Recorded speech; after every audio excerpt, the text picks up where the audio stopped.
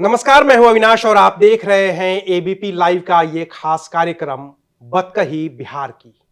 और बतकही बिहार की में आज बात एक नारे के साथ शुरू करते हैं। वो नारा है, हाथ में लबनी मुंह में पान, गफूर चचा की यही पहचान। गफूर चचा यानी कि बिहार के इकलौते मुस्लिम मुख्यमंत्री। उनकी बात क्यों? उनकी बात सिर्फ और सिर्फ इसलिए क्योंकि फिलवक्त बिहार में मुस्लिमों की रहनुमाई करने वाले कई सारे नेता अब चुनावी मैदान में आ गए हैं। खुद ओवैसी, जो अपने आप को मुस्लिमों का सबसे बड़ा रहनुमा बताते हैं, या फिर लालू यादव की पार्टी, जिन्होंने मुस्लिम और यादव समीकरण के जरिए लंबे समय तक बिहार में शासन किया है, और अब नए नए आए हैं प्रशांत किशोर, जिन्होंने कहा है कि वो 243 में से कम 40 सीटों पर मुस्लिम उम्मीदवार देंगे और उन सीटों पर मुस्लिम उम्मीदवार नहीं देंगे जहां महागठबंधन ने अपना मुस्लिम उम्मीदवार दिया है। तो ये तमाम लोग हैं जो मुस्लिम नेताओं की रहनुमाई की बात कर रहे हैं, मुस्लिमों की रहनुमाई की बात कर रहे हैं। लेकिन क्या इन लोगों से मुस्लिमों की रहनुमाई हो पाएगी? क्या जो मुसलमान हैं वो इनकी बात सुनेंगे? यही जानने समझने की कोशिश करेंगे हम आज के बतकही बिहार की के इस एपिसोड में।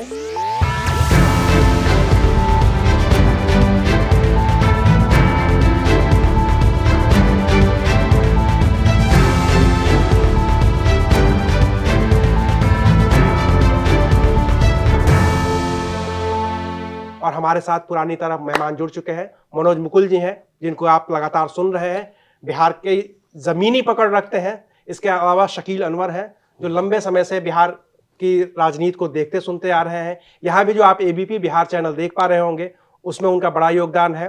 अब्दुल वाहिद आजाद, आप लगातार देख रहे हैं, एबीपी लाइव के संपादक हैं। और मैं आपके साथ तो होस्ट हूं ही। तो शुरू करते हैं मनोज सर से। मनोज सर, सब लोग तो आ गए अब चुनावी मैदान में, खुल के आ गए हैं। रहनुमाई हो पाएगी मुस्लिमों की ओवैसी से, या फिर पिछली बार वाला ही होगा हाल? अब इसको आप ऐसे देखिए कि बिहार में जो है मुसलमान वोट पर नजर किन किन लोगों की है। अभी हम नीतीश कुमार और बीजेपी को माइनस कर देते हैं एक मिनट के लिए, तो बाकी गैर एनडीए जो है उसमें दावेदार एक नंबर पर आरजेडी कांग्रेस का महागठबंधन है, ठीक है। दूसरे नंबर पर ओवैसी हैं, और तीसरे नंबर पर पहली बार प्रशांत किशोर की पार्टी जो चुनाव में उतरने जा रही है, मजबूती के साथ मुसलमान वोट पर, मुसलमान के इलाकों में कैंपेन कर रही है, काम कर रही है और नजरें गड़ाए हुए।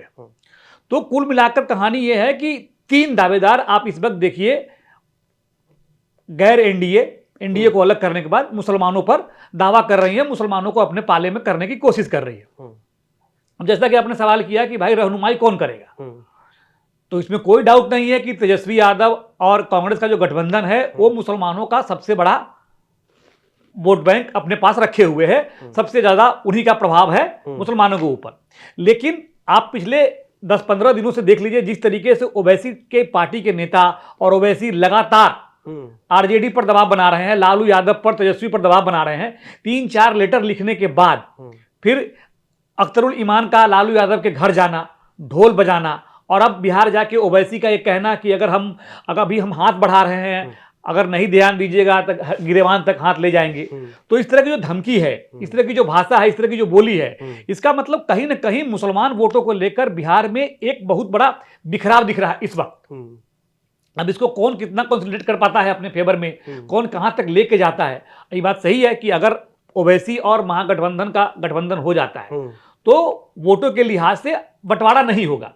इसको आप एक नजरिए से देखने का नजरिया हो सकता है कि वोटों का बंटवारा नहीं होगा। लेकिन फिर दिक्कत इसमें है कि मुसलमानों का बड़ा नेता कौन बन जाएगा। मुसलमान, अभी हम लोग सब लोग मान के चल रहे हैं कि भाई राहुल गांधी ने जो पिछले जो यात्रा की वो मुसलमान वाले बेल्ट में उन्होंने अच्छा खासा काम किया, उस इलाके से होकर गुजरे, वहां गए, संदेश दिया, उनको कंसोलिडेट किया। उससे पहले कहानी एक बात आई थी कि अभी जो पिछले साल विधानसभा का उपचुनाव हुआ, अब देखिए विधानसभा लोकसभा चुनाव के बाद 4 सीटों पर बिहार में विधानसभा का उपचुनाव हुआ, प्रशांत किशोर पहली बार चुनाव लड़े थे। उसमें मुसलमानों ने कैसे वोट किया तो देखिए। हालांकि उससे बहुत ज्यादा फर्क नहीं पड़ा सरकार के हद पर, क्योंकि उपचुनाव था, लेकिन मुसलमानों ने कैसे वोट किया, वहां मुसलमानों ने जो है 4 सीट पर मुसलमानों ने महागठबंधन की बजाय प्रशांत किशोर को ज्यादा वोट किया। तो आप एक देखिए थ्रेट मिलना शुरू हो गया था उसी वक्त से। वो उपचुनाव थ्रेट था। उसी उपचुनाव के बाद कारण था कि शहाबुद्दीन के बेटे ओसामा को लालू यादव ने सक्रिय किया और हिना साहब को पार्टी में ज्वाइन कराया कि भाई मुसलमानों का जो भी बड़ा बड़ा नेता है उनको साथ लेके आइए। तो मुसलमानों के वोट बैंक को लेकर आप एक बार आजाद जी बताएंगे आपको कि जब एक लेटर लीक हो गया था, जगदानंद सिंह का लिखा हुआ लेटर लीक हो गया था कि भाई आरजेडी के लोग जो है ना प्रशांत किशोर को समर्थन न करें, प्रशांत किशोर एक कार्यक्रम में न जाए, उनको एक डर हो गया था कि ग्राउंड लेवल पर जो है ना जो मुसलमान वर्कर हैं उनकी पार्टी के, वो प्रशांत किशोर के लिए काम कर रहे हैं। अच्छा, ये बात पहले सामने आ गई थी। तो कुल मिला के कहने का मतलब है, आप समझिए इसको कि मुसलमान जो है बिखरा हुआ इस वक्त दिख रहा है। शकील जी, मुसलमान बिखरा हुआ दिख रहा है। अभी प्रशांत किशोर के आने से एक तो फैक्टर ये हो गया। ओवैसी तो पिछली बार भी फैक्टर थे, 5 सीटें जीते भी और फिर उनमें से 4 टूट करके चले गए आरजेडी में। तो क्या ये वो डर था कि ओवैसी खुद आना चाहते थे, इनके साथ ही कम से कम जो भी जीते साथ बना रहे? और तेजस्वी सिर्फ इस वजह से नहीं जा रहे हैं कि अगर हम ओवैसी के साथ गठबंधन कर लिए तो ओवैसी स्वाभाविक तौर पर मुस्लिमों के बड़े नेता हो जाएंगे और जो मेरा इंटैक्ट वोट बैंक था उसमें बिखराव आ जाएगा। दरअसल सर की बात से थोड़ा सा मेरा नज़रिया अलग है कि बिहार का मतदाता, जो मुस्लिम मतदाता है खासकर, वो बिखरा हुआ नहीं है, कंफ्यूज है। कंफ्यूज क्या है? एक तरफ नीतीश कुमार है। नीतीश कुमार ने लंबे वक्त तक मुस्लिमों के हितैषी के तौर पर अपनी पहचान बनाई है, इसमें कोई शक व शुबा नहीं है।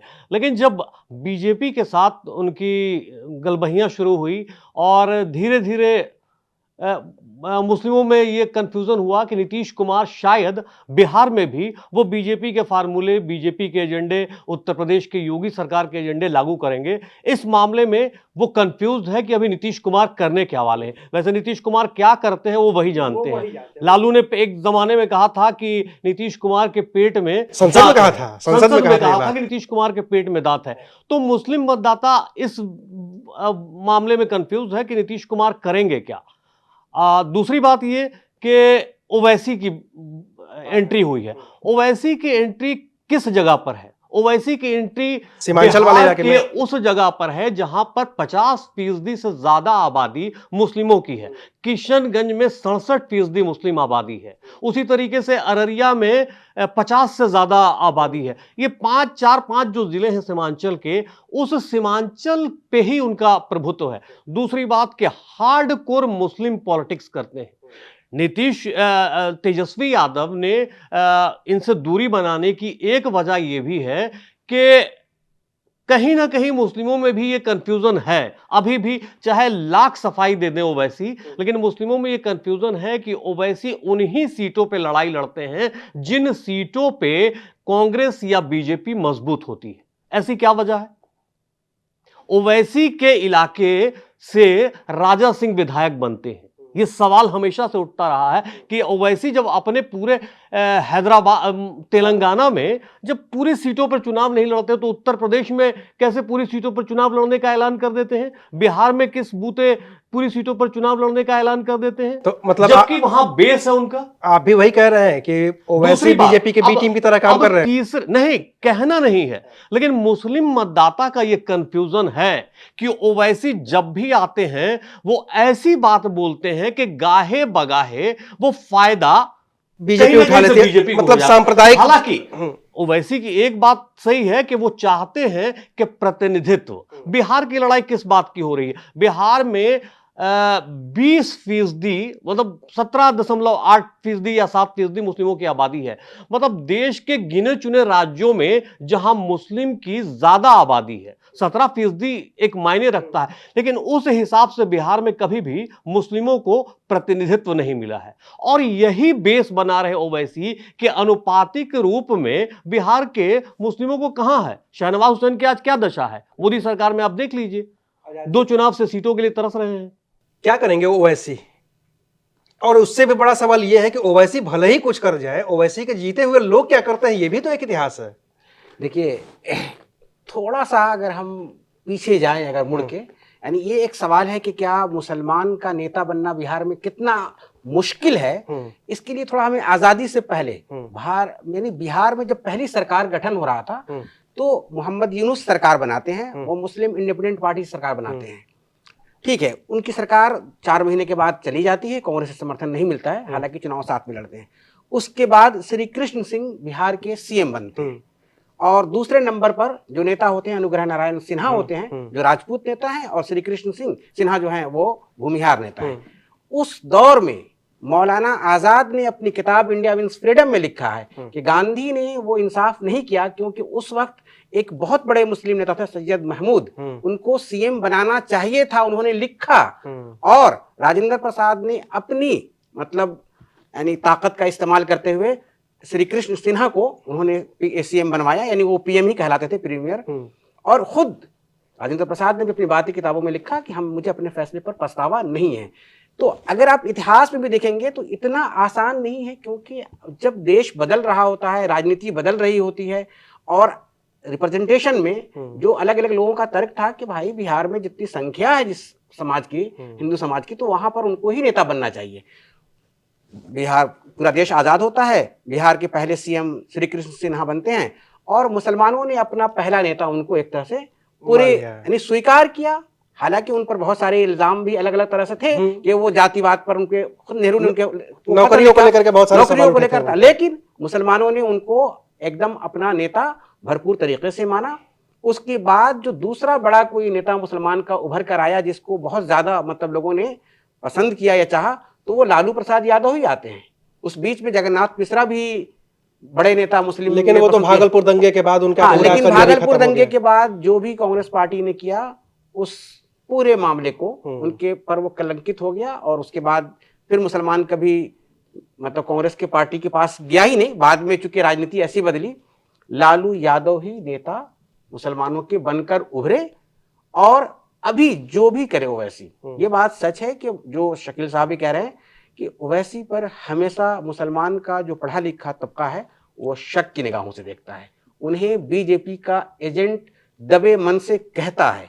हाँ, एक तारीफ उनकी होती है कि जब वो संसद में बोलते हैं तो बहुत तर्कों के साथ बोलते हैं, बहुत ही फैक्ट के साथ बोलते हैं, और मुसलमानों के मुद्दे को खुलकर उठाने वाला इस देश में इस वक्त कोई सबसे बड़ा नेता है, सबसे बड़ी आवाज है, तो वो ओवैसी की आवाज है। लेकिन ये बात हर कोई शक करता है, और इस शक को उस वक्त और पुख्तगी मिलती है जब उत्तर प्रदेश में साक्षी महाराज कहते हैं कि ओवैसी प्रचार करेंगे हमें फायदा होगा, और ये एक तरह से सच्चाई है कि ओवैसी के लिए, ओवैसी जिन जिन सीटों पर पिछली बार उन्होंने 20 सीटों पर चुनाव लड़ा, 5 सीटों पर उनको जीत मिली, 4 उन्होंने गैर मतलब मुसलमानों को भी टिकट दिया था, लेकिन इस नतीजे से साफ था कि उनकी पहुंच अभी सीमांचल से आगे नहीं बढ़ी है। चंपारण के सिकटा सीट से भी उन्होंने चुनाव लड़ा था, उनको मतलब बहुत 5000 भी शायद वोट नहीं मिले थे। पिछली बार शिवहर लोकसभा से उन्होंने अपने कैंडिडेट को दिया था हमारे यहाँ, उनको 7000 वोट मिले हैं। 7000 वोट लोकसभा में ऐसे ही किसी भी आदमी को खड़ा हो जाए तो मिल जाता है, तो कोई पहचान नहीं बन पा रही है उनकी। मनोज जी, ये सारी बातें तो हम उस बात की कर रहे हैं जो अपने अपने रहनुमाई की बात कर रहे हैं। मुस्लिमों के रहनुमा तो प्रधानमंत्री नरेंद्र मोदी भी हैं, जिन्होंने पसमानदा की बात की, जिन्होंने 3 तलाक की बात की। ये बात भी तो इस चुनाव में आएगी ना कि आप नीतीश कुमार का चेहरा सामने करके, अपने काम गिना करके, और उस तबके से ये भी तो वोट मांगेंगे ही मांगेंगे ना, एकदम दरकिनार तो करेंगे नहीं, और ओवैसी ध्रुवीकरण भी करेंगे, इसमें भी कोई शक व शुबहा नहीं है।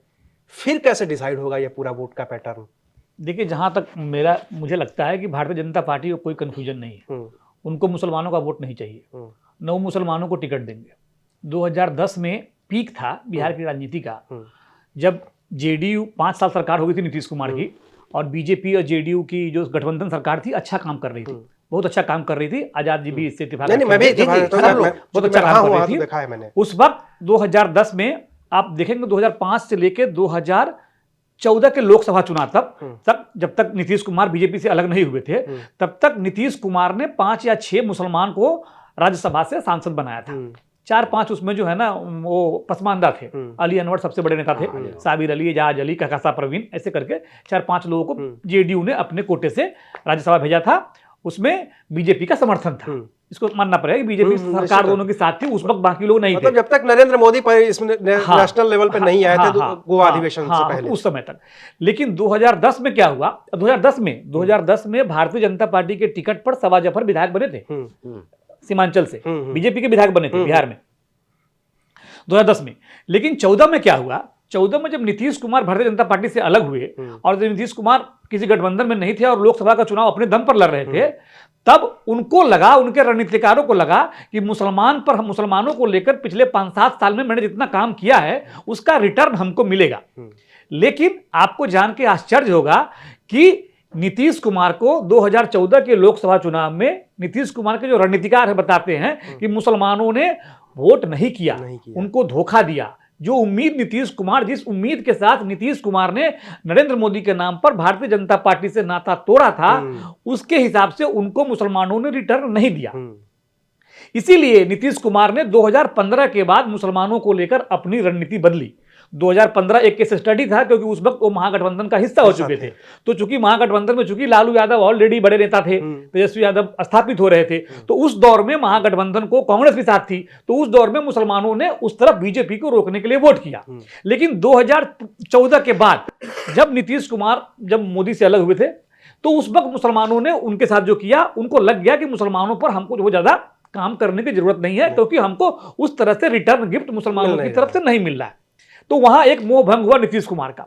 अब आइए 2020 में, 2020 में जब ओवैसी आए मार्केट में, ओवैसी जब चुनाव लड़ने के लिए गए बिहार में, तो ओवैसी के 5 विधायक जीते। जैसा सब लोग बता रहे हैं ना, 5 विधायक जीते, तो 5 विधायक जीते, तो वहां मुसलमानों ने क्या किया? वहां के आरजेडी कैंडिडेट नहीं था, वहां महागठबंधन कैंडिडेट नहीं था, वहां कैंडिडेट था। बावजूद इसके मुसलमानों ने आरजेडी कांग्रेस जो भी अलायंस था उनका, लेफ्ट अलायंस, उनको दरकिनार करते हुए, उनको पीछे करते हुए ओवैसी को चुना।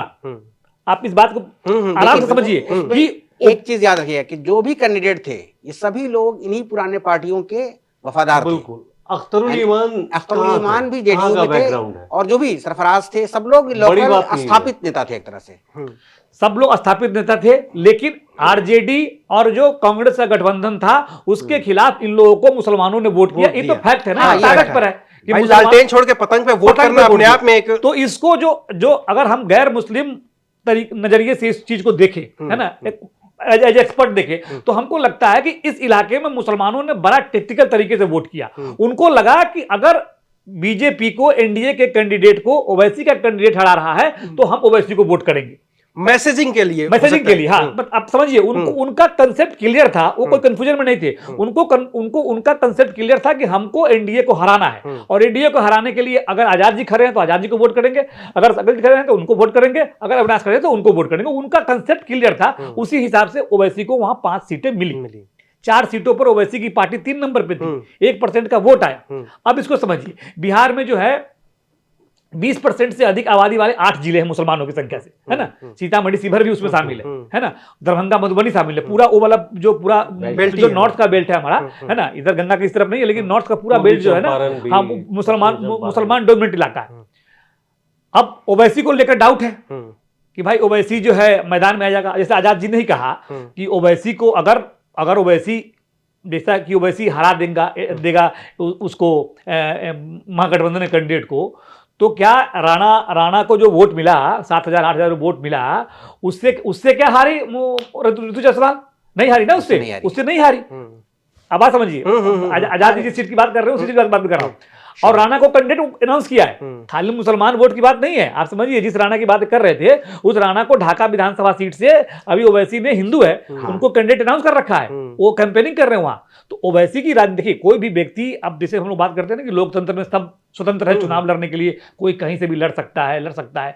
अब ओवैसी को लगता है कि वो उपजाऊ जमीन है, वहां पिछले 30 सालों से मुसलमानों के हक में फैसला नहीं हुआ। अब भाई अब लालू यादव, जैसा आजादी बता रहे हैं कि भाई 1990 के बाद मुसलमान जब 2 घटनाएं हुई, भागलपुर दंगा और दूसरा जो आडवाणी जी वाली गिरफ्तारी हुई थी, उसके बाद मुसलमानों का रुख बदला, मुसलमान लालू यादव के पीछे चले गए।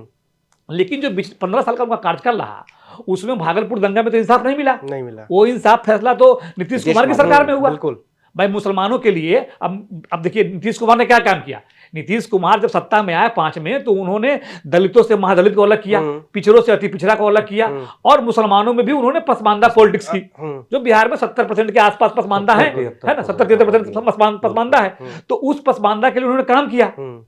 काम किया ना भाई। भाई तो अगर ऐसा होता तो 2005 से लेकर 10 के बीच में मुसलमानों को लगा ना भाई कि लालू यादव और राबड़ी की देवी के कार्यकाल में हमारा इस्तेमाल किया गया, लगा कि नहीं लगा? बिल्कुल, तभी तो अब शिफ्ट हुआ वो नीतीश कुमार के साथ। फिर बाद में लगा कि नहीं भैया मोदी आ गया है, अब बड़ा आदमी आ गया है, अब उनको रोकना है, तो उसके लिए मुसलमान वहां एकमुश्त हो गए। अब बिहार की राजनीति में मुसलमानों को ये लग रहा है, 1 मिनट का ऐसा मुझे बाहर से देखने में लग रहा है कि लालू यादव को देख लिया, नीतीश कुमार को देख लिया, वो एनडीए के साथ है, तो अब एक तीसरा चौथा फ्रंट जो हमारे सामने दिख रहा है भाई, ओवैसी भी है, प्रशांत किशोर है, जो जहां मजबूत होगा, जिस स्थिति में होगा, उसको हम उसके साथ जाएंगे। ये तो पुरानी बात है, हमेशा ये बात टैक्टिकल वोटिंग को लेकर एक पैटर्न, ये हमेशा हमारे तमाम जो एनालिस्ट होते हैं चुनावी, वो ये भी कहते हैं कि हाँ मुसलमान बहुत टैक्टिकल वोटिंग करता है। सच्ची बात यह है कि किसी की भी आबादी, आप जो सीट का आंकड़ा देखेंगे, कितनी सीटों पर मुसलमान जो है निर्णायक भूमिका निभा सकते हैं, 40-45 सीट, 47 सीटें, वही कह रहे हैं कि जहां पर उनकी आबादी जो है यानी 20 से 40% जो है वो 47 सीटें हैं। तो 47 सीट और 41 सीट, 40 सीट उनके जो रिप्रेजेंटेशन होता है वो उनका बनता है। तो इससे तो वो सरकार ना बना सकते हैं और ना किसी का बिगाड़ सकते हैं, ये मुमकिन ही नहीं है उनके लिए कभी भी। इसलिए ये गुमान किसी के लिए भी रखना कि मुसलमान टैक्टिकल वोटिंग करके कुछ कर लेंगे, उनको अब तक के मैक्सिमम वो 10% विधायक दे पाए हैं अपनी आबादी से, जो 85 में हो पाया है। लेकिन इस वोट एक मैसेजिंग भी तो होती है ना, कि जैसे ओवैसी की जीत को तो मैं मैसेजिंग के तौर पे देखता हूं कि एक नई पार्टी आई है, भले ही 5 विधायक हैं, कम से कम आवाज तो कई बार एब्रेशन होता है चुनावों में, कई बार नतीजे चौंकाने वाले आते हैं। आप ओवैसी को उसी मतलब खाने में रखें, अभी ये कतई उम्मीद मत करें कि इस बार भी ओवैसी अपनी पिछले जीत को दोहरा पाते हैं कि नहीं पाते हैं, क्योंकि चीजें बदली हुई रहती हैं। मुसलमानों में ये बात क्लियर है, एक बड़े तबके में ये बात साफ है कि अगर ओवैसी को वोट देंगे तो एक तरफ अगर आप मुसलमान ओवैसी की तरफ एकजुट होंगे तो दूसरी तरफ हिंदू भी एकजुट होंगे। यही खतरा आरजेडी के रणनीतिकारों को लग रहा है कि अगर ओवैसी से गठबंधन हो गया तो सीधा सीधा मैसेज ये जाएगा कि भाई हिंदू एक तरफ हो जाओ, मुसलमान एक तरफ हो जाओ। ऐसा होगा जब पोलराइजेशन होगा तो नुकसान किसी भी तरह से महागठबंधन को भी होगा, ओवैसी को भी होगा, और जीत बीजेपी और नीतीश कुमार के लिए बहुत आसान हो जाएगी। लेकिन शकील, लेकिन सर ये एक चीज मैं इसमें एक चीज जोड़ भी देता हूं, सवाल एक चीज बस हाँ आप जोड़ लीजिए कि मौजूदा वक्त में जो सिनेरियो बना है, चाहे बिहार में या देश भर में, अब बिहार में चुनाव हो रहा है इसलिए हम लोग बिहार की चर्चा कर रहे हैं, तमाम हिंदू वोटर जो हैं वो अलग अलग कास्ट में बटे हुए हैं, उत्तर प्रदेश से लेकर बिहार तक उनका प्रतिनिधित्व है। छोटी छोटी आबादी के भी नेता हैं, मांझी जैसे लोग भी नेता हैं, और जो सहनी है वो भी नेता है, वो भी नेता, तांती के नेता एक नए आ ही गए हैं। एक सवाल ये है, सबसे बड़ा सवाल कि मौजूदा वक्त में हर छोटे छोटे कास्ट जो हैं वो अपने कास्ट के लिए वोट कर रहे हैं, अपने कास्ट के नेता के लिए वोट कर रहे हैं। मुस्लिम जो है इस वक्त किस लिए वोट करेगा, आप बताइए। देखिए धर्म और जाति बहुत नहीं सर, नहीं सर, जोड़ सकते हैं। मुजफ्फरपुर में एक विधानसभा सीट है कांटी, ठीक है, कांटी विधानसभा सीट से विधायक है इसराइल मंसूरी, ठीक है, अभी पिछले सरकार एक वही विधायक है जो ओबीसी मंत्री भी है ना। आप देखिए मुसलमान का वोट देखिए, आप कह रहे हैं सर जो कह रहे हैं, वहां उनके खिलाफ कैंडिडेट कौन था? उनके खिलाफ कैंडिडेट था मुसलमान जेडीयू से मोहम्मद जमाल, हाँ समझ रहे हैं, वो जमाल समता पार्टी जेडीयू के अल्पसंख्यक प्रकोष्ठ के अध्यक्ष थे, है ना। लेकिन मुसलमानों ने उस मुसलमान को वोट नहीं दिया, मुसलमान वहां भी जात के नाम पर जो है ना मुसलमान उस तरफ चला गया, इसलिए कि मंसूरी बैकवर्ड है। एक ब्रॉड स्पेक्ट्रम में ये बात करना चाह रहा हूं कि एकदम ग्राउंड लेवल की बात ये है कि मुस्लिम कम्युनिटी में हम भी रहते हैं, आसपास के लोगों से मिलना जुलना होता है, घर जाना होता। एक बात ये जान लीजिए, मुस्लिमों में बीजेपी को लेके या मौजूदा सिनेरियो में जो भी सरकार ने फैसले लिए हैं, एक मुस्लिम वोटर में खौफ तो है, इस बात को कोई भी इनकार नहीं कर सकता है, कोई भी पॉलिटिशियन हो, कोई भी एनालिस्ट हो। अब मुस्लिम ये बताए कि बिहार का मुस्लिम वोट किस लिए करेगा, वोट इस ग्राउंड पे करेगा। सबसे बड़ी बात यह है कि सुरक्षा, मेरे लिए कौन खड़ा होगा, मुस्लिम को क्या चाहिए, मुस्लिम वोटर को अभी मौजूदा वक्त में यह चाहिए कि उसकी मस्जिदों पर कब्जा ना हो। जिस तरीके से पॉलिटिकल पार्टियां जो बना रही हैं, जो बीजेपी का परसेप्शन ओवैसी पैदा और किया ओवैसी जा यही रहा डर है, भी तो और दिखाते ओवैसी हैं। भी यही कर रहे हैं। दूसरी बात क्या चाहिए कि भाई मेरे लिए एजुकेशन हो, रोजगार हो, वो खैर रोजगार की बातें बाद में आती हैं, सबसे बड़ी बात है एक सुरक्षा। अब ये बताइए कि नीतीश कुमार पे कैसे भरोसा करें, जो नीतीश कुमार सम्राट चौधरी के साथ बैठते हैं, जो नीतीश कुमार बात बात में पाकिस्तान भेजने वाले गिरिराज की पार्टी से गलबहिया कहते हैं, कैसे विश्वास कर सकता है? अच्छा, गिरिराज सिंह तो मंत्री थे, उन पे नहीं- गिरिराज सिंह तो 5 से 10 तक मंत्री थे। हाँ। जब मुसलमानों ने सबसे अधिक वोट किया बीजेपी एनडीए को, NDA तो को। गिरिराज सिंह तो बात मंत्री ये थे बिहार अभी में। के दौर में सिनेरियो बदल चुके हैं, नहीं अभी तो- के दौर नहीं में तो- हालात बदले। शकील जी, हम अभी यहाँ- जो यहाँ तक तो क्लियर है कि सरकार ने भाई जो चीजें जेडीयू के ली पास हैं, नहीं जाएगा। वक्फ कानून को जो लेकर आया है उसको लेकर एक बात तो खौफ है कि ओवैसी पे विश्वास इसलिए नहीं करेगा कि ओवैसी 5 सीटों पे अपना कब्जा मतलब रखते हैं आप ये कहना चाहते हैं कि जो भी अभी मुस्लिम है सिर्फ वो और इंटैक्ट सिर्फ होकर महागठबंधन। और रिकॉर्ड भी देख लीजिए, हाँ। 2020 के चुनाव में 75% मुसलमानों ने हाँ, वो जो डेटा आ रहा है कि वोट किया उसके है। बाद 2024 के चुनाव में 84%, 85% मुसलमानों ने एक मुश्त वोट किया महागठबंधन को, क्योंकि उनको बिहार में यह लग रहा है कि आरजेडी, एक बात ये उसके पीछे बैकग्राउंड है, आरजेडी की बैकग्राउंड इसलिए है कि लालू यादव के बारे में ये परसेप्शन बन गया है या बन चुका है कि ये एक लौता आदमी है बिहार में जिसने अपने स्टैंड को बदला नहीं, आज भी वो खड़ा रहा उन चीजों के लिए। लेकिन बाकी लालू यादव के चारा घोटाला हो, तमाम चीजें हो, लेकिन मुस्लिम में वो ये मैं समझ है। गया। अब इसमें इस ये आप खुद से सर ले आए हैं आप बात। अब हाँ। इसको मैं आगे बढ़ाता हूँ, इसको हाँ। कहानी समझिए पहले। हाँ। अब कहानी ये है कि यहाँ से अब 2 चीजें निकल के सामने आ रही है। हाँ, राहुल गांधी जो भी बिहार में यात्रा पर निकले, हाँ, वो यात्रा की प्लानिंग कांग्रेस ने खुद की थी। ठीक है, उस यात्रा में मुस्लिम डोमिनेंट इलाकों को चुना गया। ठीक है। उस यात्रा से खबर ये निकल के आई कि राहुल गांधी जो है ना बिहार में बहुत ताकतवर तरीके से उभर कर निकले हैं। सब लोगों ने माना कि मुसलमानों में राहुल गांधी ने अपनी जो है छवि बेहतर की है ना। सारे विश्लेषकों ने कहा कि इससे तेजस्वी यादव की राजनीति को नुकसान हुआ है। आप फ्रंट में राहुल थे। महागठबंधन में कांग्रेस को एज मिला है और उनको नुकसान हुआ है। सब लोगों ने ही माना ना। अब इसको 2 तरीके से देखिए। कल को अभी जब यहां मैं आ रहा था तो उससे पहले बीजेपी के एक सांसद रहे हैं ब्रजभूषण शरण सिंह यूपी में, उन्होंने आजम खान के बारे में बयान दिया है कि आजम खान अगर भारतीय जनता पार्टी में आते हैं तो हम उनका स्वागत करेंगे। अच्छा, ठीक है। अब इस कहानी से कोई लेना देना नहीं है, लेकिन मैं खाली बता रहा हूं, कल को ऐसी कोई राजनीतिक परिस्थितियां बनती है जैसा लालू परिवार में अभी 13 तारीख को कोर्ट में हेयरिंग है, उसमें चार्जशीट फ्रेम होने वाला है IRCTC घोटाले में। लालू यादव राजनीति से आउट हो चुके हैं, राबड़ी देवी सक्रिय नहीं है, बिल्कुल नहीं। तेजस्वी यादव एकमात्र परिवार में है जो भी फ्रंट पे है। मीसा भारती एक्टिव नहीं है और रोहिणी से झगड़ा चल रहा है और तेज प्रताप पार्टी से अलग हो चुके हैं। अगर कल को खुदा न खास्ते, मैं ये नहीं कह रहा हूं कि मतलब ऐसी कोई स्थिति बन रही है या बन जाएगी, मैं कह रहा हूं खुदा न खास्ते, चल तो रहा ही, क्योंकि राजनीति में आप जो है ना कभी भी आप ऐसा नहीं कर सकते कि हाँ बीजेपी के साथ चुनाव जीतने वाली उद्धव ठाकरे की पार्टी जो है कांग्रेस के साथ गठबंधन में सरकार बना लेगी तो उद्धव ठाकरे सेकुलर नेता हो जाएंगे। आप इसको देखना समझे, तो होने को तो कुछ भी हो सकता है राजनीति में। राजनीति में कोई दोस्त नहीं है, कोई दुश्मन नहीं है ना। प्रशांत किशोर ने भी कहा कि हमको अगर तेजस्वी और नीतीश कुमार में चुनना होगा तो नीतीश कुमार चुनेंगे। कल को अगर 1% का संभावना मान लीजिए, हम कहते नहीं मानिए लेकिन मान लीजिए, हाइपोथेटिकल सवाल है, मान लीजिए है ना, कल को तेजस्वी यादव सजा हो जाती है तो पार्टी कौन चलाएगा? कोई तीसरा आदमी आएगा। अगर परिवार से कोई नहीं आता है, संजय यादव, ठीक है, संजय यादव, ठीक है, तो क्या गारंटी है कि संजय यादव शिंदे नहीं बनेंगे? देखिए मैं हाइपोथेटिकल सवाल पूछ रहा हूं, नहीं, इसके आगे अगली बात तुमने बोलना चाहूंगा।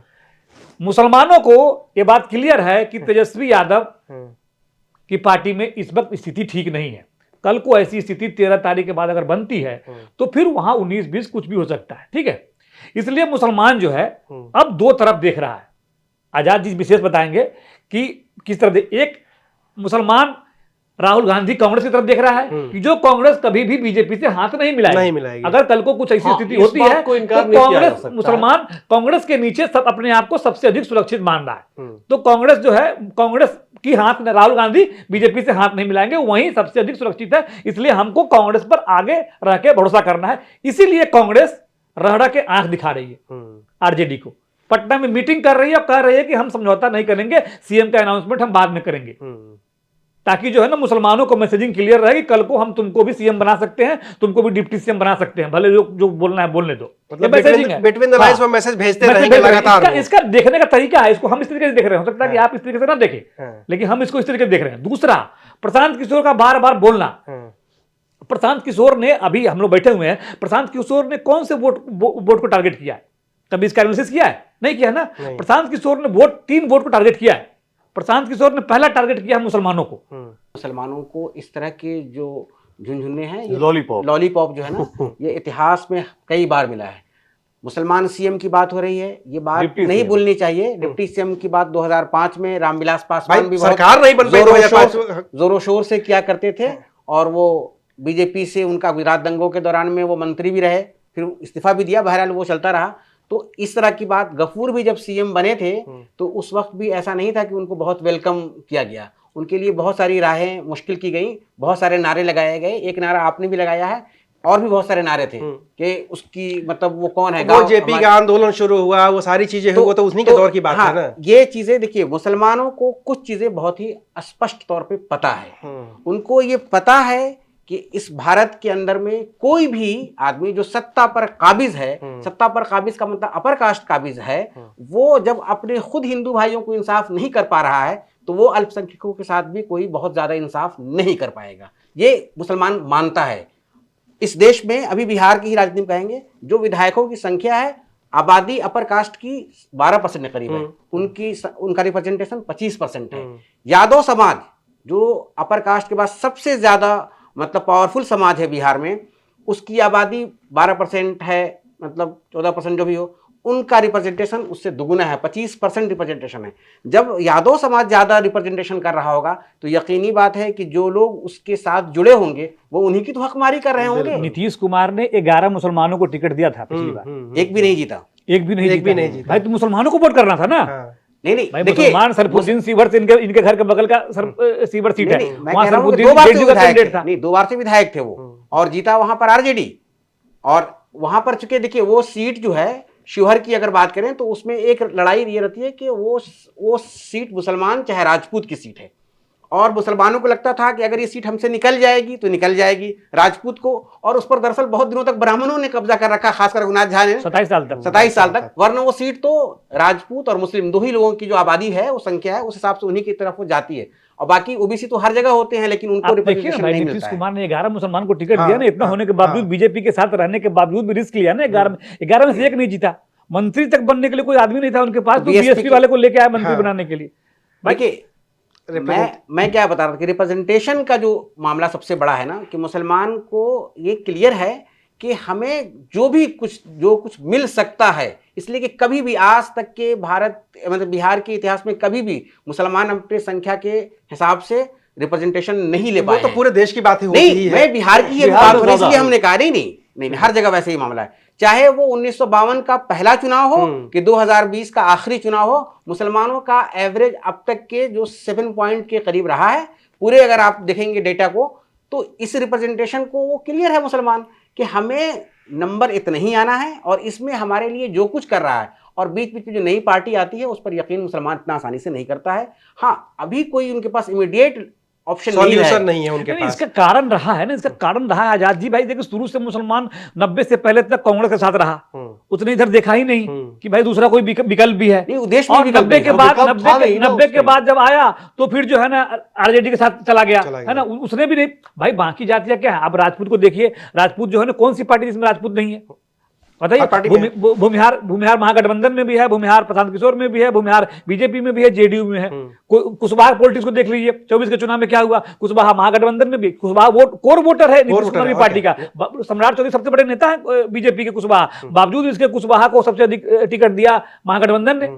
तो अब देखिए कैसे बटे हुए हैं, उस तरीके से मुसलमान अपनी राजनीति कर तो नहीं पा रहा ना। अब मुसलमान का आज की तारीख में नेता गिनेंगे तो आप कांग्रेस विधायक दल के नेता है शकील अहमद खान, अब्दुल बारी सिद्दीकी हाशिए पर है कि कहाँ है पता नहीं, हमको चर्चा भी नहीं होती चर्चा उनकी, नहीं। अभी कहीं पार्टी में पद जबकि है। उस दिन वो चर्चा हो रही थी कि वो जब सीट पे बैठने वाली चर्चा हो रही, तो यही है कि आरजेडी के दूसरे सबसे बड़े नेता अब्दुल बारी सिद्दीकी हैं। सिद्दीकी साहब तो अभी चर्चा में भी नहीं कहीं।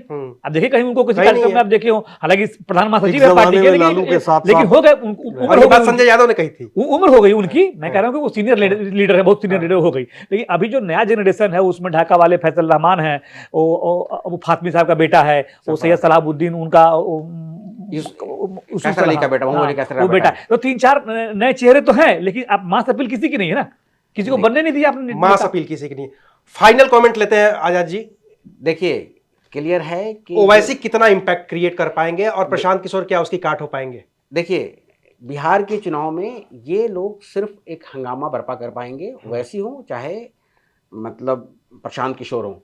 मुझे नहीं लगता है कि मुसलमानों ने अभी इस तरह का कोई मन बनाया है, जो हमारी बातचीत होती रहती है जिन लोगों से भी, कि मुसलमान अभी भी जिस भी वजह से हो, लेकिन वो मतलब लालू प्रसाद और खासकर कांग्रेस की पार्टियों से ही अभी जुड़े हुए दिख रहे हैं।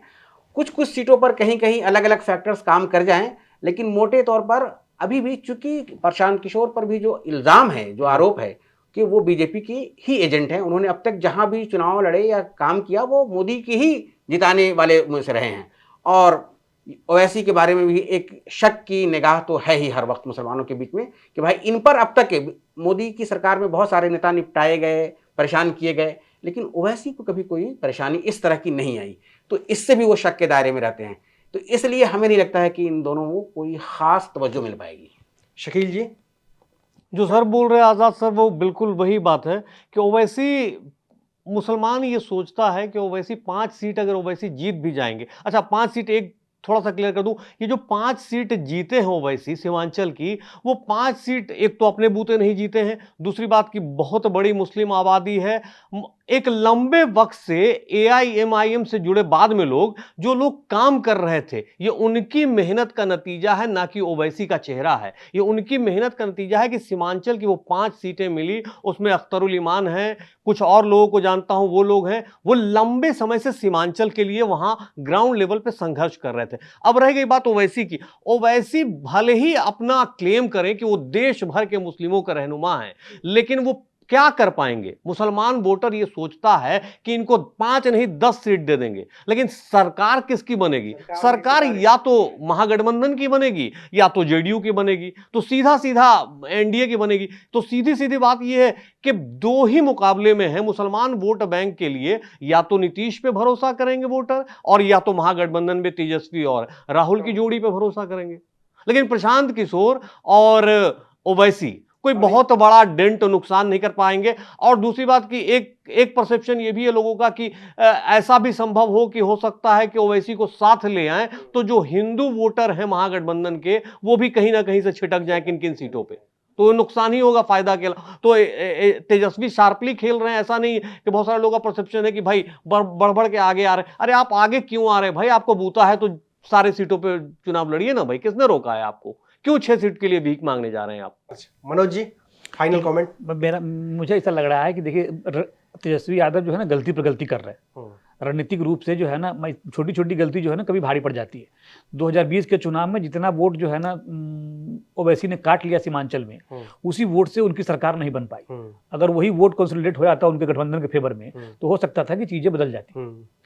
तो अब कायदे से उनको बैठ के बात करनी चाहिए थी, ओवैसी को डील करना चाहिए था कि भाई जो है आप मत लड़िए, क्योंकि आपसे जो है मुसलमानों के 4-5 सम्राट लोगों को बैठाते, उसमें डील करते कि भाई आप मत लीजिए, जो आपके लोग हैं उनको एकोमोडेट करेंगे, एकोमोडेट कर देते हैं, सरकार बनेगी तो हम ये करेंगे वो करेंगे, जो तरीका होता है ना बिल्कुल उस हिसाब से। अभी क्या है, अब कल रात का मैं वीडियो देख रहा था, तो मोबाइल की लाइट जला के हजारों की भीड़ है उसमें। अब देखिए रात को ओवैसी रैली कर रहे हैं, सीमांचल में यात्रा निकाल रहे हैं, तो उसमें हजारों की भीड़ है। अब मैं कह रहा हूँ कि मुसलमान जो 80-84% वोट करता रहा है महागठबंधन को, अगर उसमें से वोट टूट रहा है, अगर 100 वोट भी टूट रहा है, तो वोट जो महागठबंधन को जा रहा था वही वोट टूट रहा है।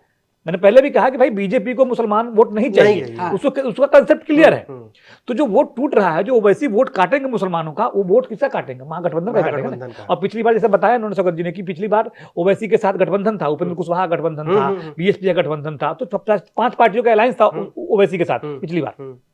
इस बार ओवैसी अकेले चुनाव लड़ अकेले रहे लड़ हैं। रहे हैं। हालांकि इन 5 पार्टियों का उस तरफ कोई आधार नहीं है सीमांचल के इलाके में, लेकिन मैं कह रहा हूँ कि मुसलमान को अगर 100, 500, 1000, 2000 वोट भी काटते हैं और विधानसभा चुनाव में 2-4000 वोटों से हार जीत होता होती रहा रही है, हाँ, और होती क्या? रही है, तो ऐसे में जो नुकसान होगा वो तो इन्हीं का होगा ना। किशनगंज जैसी सीट पर आप समझ लीजिए, जो किशनगंज प्रॉपर सीट है, वहां बीजेपी पिछले चुनाव में 1000-1500 वोट से हारी थी। लेकिन एक चीज उसमें जोड़ लीजिएगा कि इस बार जो मुसलमान कॉन्सोलिडेट होगा ना, वो नीतीश कुमार को अगर पिछली बार अगर जो भी वोट मिले थे, इस बार वो वोट जीरो की तरफ चला जाएगा। देखिए, क्योंकि नीतीश कुमार से मुसलमान इस कदर नाराज है, यानी कहीं कभी कि चूंकि जो वक्फ का कानून है, आया और वो सवाल वक्फ का कानून का मतलब होता है कि मस्जिदों का मामला है। ये जमीन, ये घर नहीं, ये धर्म और आत्मा और उसकी पहचान का मामला है। तो मस्जिदों के सवाल पर इस बार मुसलमान, मुझे लगता है कि 1% भी वोट जो है ना नीतीश कुमार को नहीं देंगे। तो यकीनी बात है, अगर कुछ वोट कट के मतलब चला भी जाता है जोश में अगर ओवैसी को, तो भी कैंडिडेट को महागठबंधन देखते को, हुए। तो महागठबंधन को नुकसान नहीं होना चाहिए। अच्छा, ठीक है। ये तो चूंकि हमारी पूरी बातचीत थी, हम स्टूडियो के अंदर समझने की ये कोशिश कर रहे थे कि बिहार में मुस्लिमों का रहनुमा कौन होगा, लेकिन ये मुस्लिमों का रहनुमा कौन होगा ये बिहार के मुस्लिम ही तय करेंगे, और वो भी तय करेंगे वो ईवीएम के जरिए। तो जब वो तय करेंगे तो एक बार फिर से बात होगी। फिलहाल के लिए हम इजाजत देते हैं। शुक्रिया, आप देख रहे थे एबीपी लाइव।